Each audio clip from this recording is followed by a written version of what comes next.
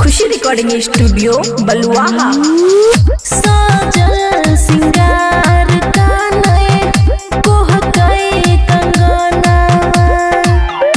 गुल गुल बिछौना छोड़ के सोतई अंगना हे गई साजल सिंगार कानए कोहकाई कंगना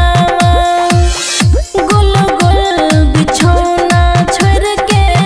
सोतई अंगना खुला रसगुल्ला देख के जसकई नहीं छै भौजी खुला रसगुल्ला देख के जसकई नहीं छै भौजी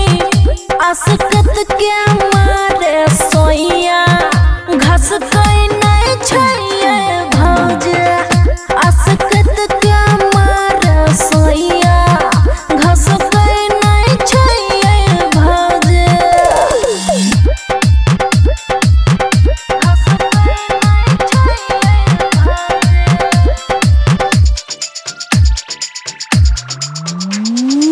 चरहल जवानी हमर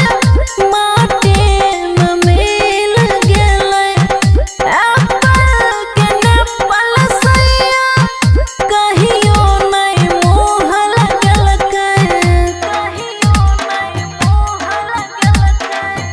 चरहल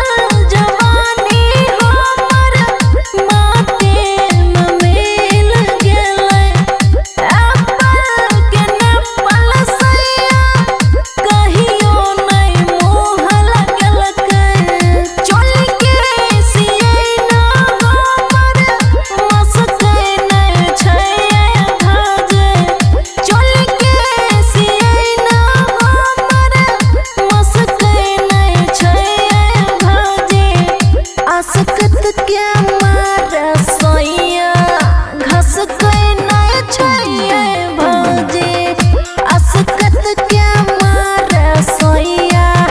घसकै नहीं छै भौजी।